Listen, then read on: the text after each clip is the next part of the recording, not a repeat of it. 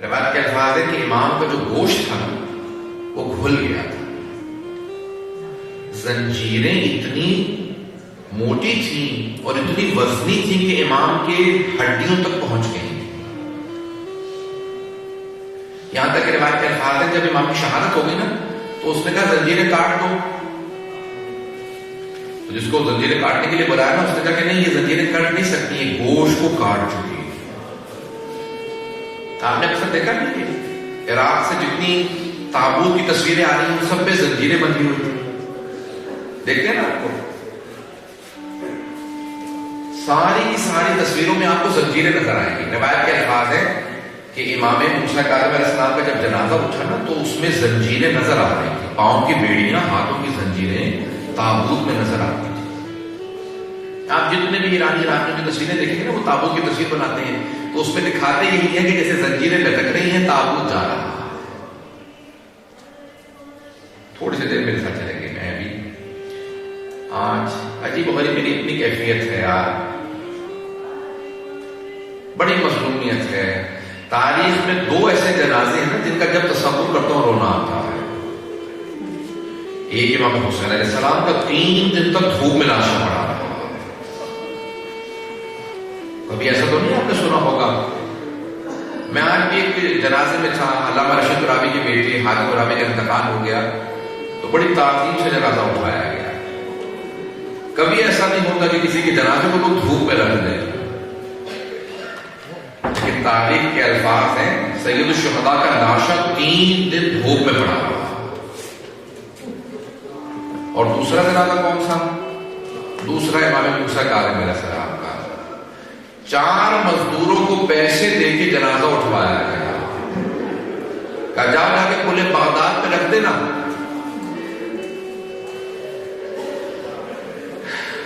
روایت کے الفاظ ہے کہ جب وہ جنازہ جا رہا تھا نا ایک 5ویں آدمی کو پیسے دے کے ساتھ میں بھیجا گیا تھا کہ تم نعرے لگاتے رہنا، میں آ کے میں پیش کروں گا، آج پڑھ پاؤں بس. اجرکم اللہ.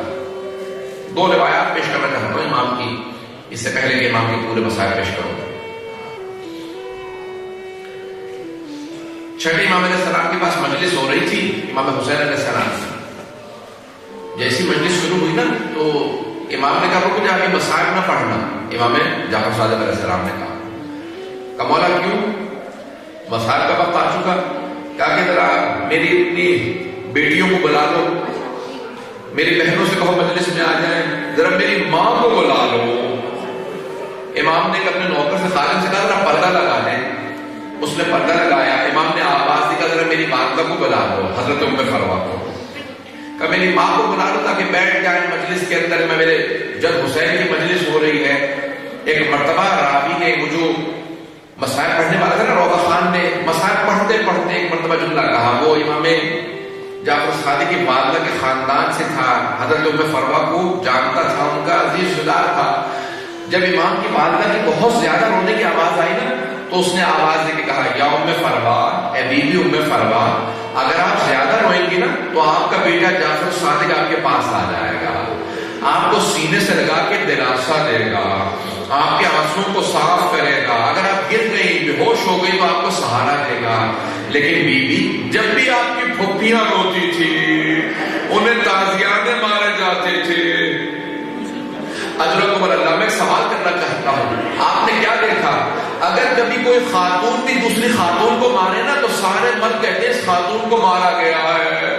میں ایک سوال کروں، علی کی بیٹیاں شمر جیسا ملعون بار بار تازیانہ مارتا ہے. امام موسیٰ کاظم علیہ السلام جب ایک مرتبہ سن رہے تھے نا مسائل کہ میرے جد امام زین العابدین کی آنکھوں کے سامنے جناب زینب کو تازیانہ لگا تو تڑپ کے رونے لگے. امام جعفر صادق نے آواز دی دروازہ الباب دروازہ بند کر دو. کہا کیوں؟ کہ میرا بیٹا بے ہوش ہو گیا.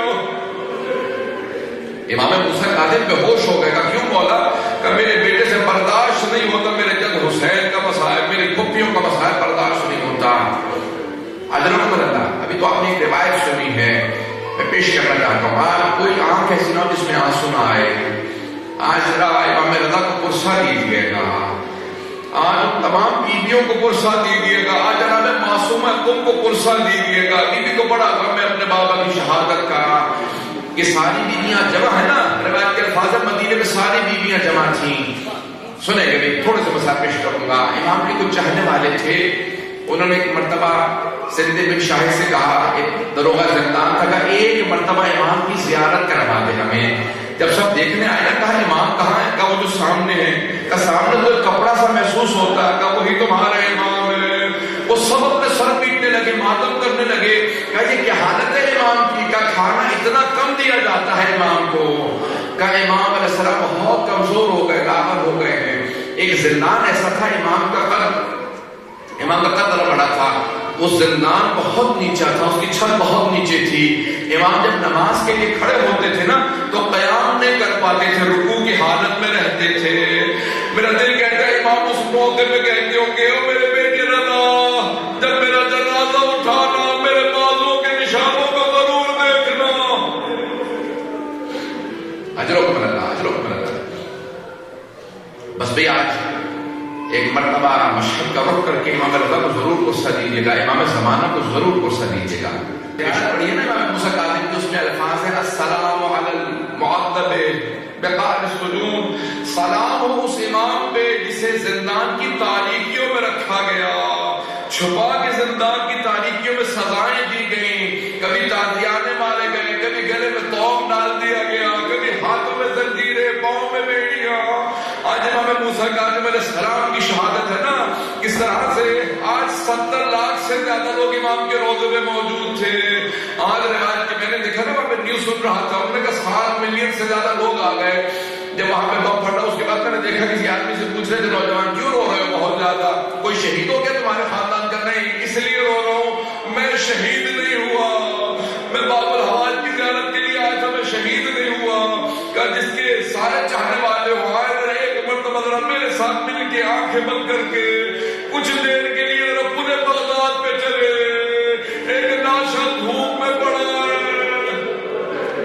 اجرکم اللہ، اجرکم اللہ. بس بھئی اس سے پہلے کہ میں شہادت کے آخر جن لوگوں پیش کروں، 2-4 منٹ 5 منٹ کو تحمت دوں گا، تھوڑی سی دیر میرے ساتھ چلیں گے. روایت کے الفاظ ہیں، امام کو ایک زندان سے دوسرے زندان میں، دوسرے سے تیسرے زندان میں، کبھی کسی زندان میں. امام سے کسی چاہنے والے نے کہا کہ مولا میرے ساتھ میرے گھر چلے، میں آپ کا چاہنے والا ہوں. کہا کہ نہیں. مولا نے کہا نہیں میں نہیں جانا چاہتا. کہا نہیں مولا، میں نے دروغہ زندان کو پیسے دے دیے ہیں تاکہ میں آپ کو گھر لے جاؤں، آپ کی خدمت کروں گا. مولا نے کہا میں نہیں چاہتا میری وجہ سے تجھے کوئی سزا ملے.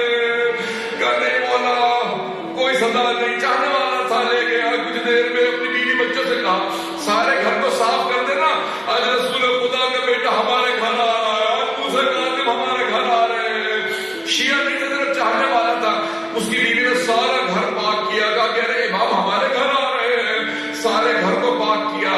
کہ مولا جو کہیں گے وہ کھانا پکا دیتی ہوں. کہ کچھ نہیں کھانا، صرف وضو کا پانی رکھ دو، ایک مصلی بچھا دو، میں عبادت کروں گا. پوری رات عبادت کرتے رہے.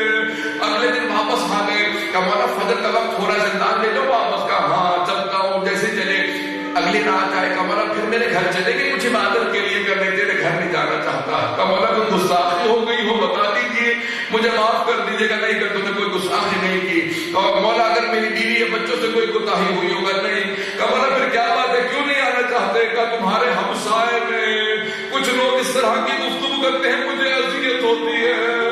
کچھ گانے بجانے کی حرکتیں کرتے ہیں. کہ میرا گھر کے اندر جی نہیں لگتا عبادت کے اندر، میں یہیں پہ زندان میں رہوں گا. بس بھئی ایک مرتبہ کچھ کھجوروں کے اندر زہر ڈال کے امام کے سامنے رکھا.